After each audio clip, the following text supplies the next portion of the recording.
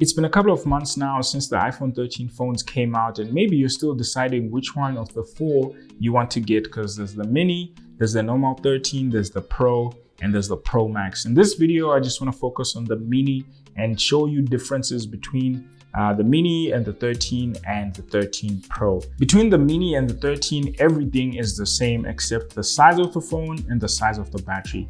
But the hardware is the same. Even the color options you get are literally the same. The cameras are the same. Besides the battery and the size of the phone, there are definitely more differences between the mini and the Pro. The first one being the cameras. Of course, you'll notice the mini has 2 and the Pro has 3. The one that's not on the mini is the telephoto, but it still has a wide and an ultra wide. On the Pro, the wide camera has an aperture of 1.5 compared to the 1.6 that's on the mini. On the ultra wide, the Pro has an aperture of 1.8 compared to the 2.4, which is on the mini. The Pro has a different display, which is Apple's ProMotion displays, which can go up to 120 Hertz compared to the mini, which only has a display that has 60 Hertz of refresh rate. This is not necessarily a big deal if you're not a pro user or a gamer, because you're not necessarily going to need the 120 Hertz, arguably. The Pro can record video in ProRes, which is an Apple codec for video, which just means you can get better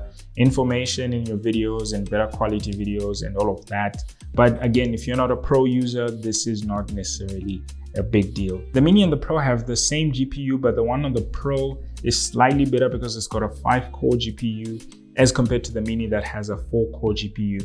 But you're honestly not necessarily gonna notice the difference. The A15 Bionic chip is already a powerful chip on its own. The 13 mini has 4 GB of RAM and the 13 Pro has 6 GB of RAM. Lastly, one of the main differences is storage options. On the 13 Pro, you can get up to 1 TB of internal memory, whereas on the 13 mini, you can only get up to 512 GB of memory. I hope these differences were helpful if you've been considering the 13 mini and you're not so sure what is really different about it with the 13 Pro. If everything I've mentioned in this video is not that much of a big deal to you, then you might as well get the mini, because it's probably the best phone for you and it's the cheapest of the bunch. Thank you for sticking around, and until next time.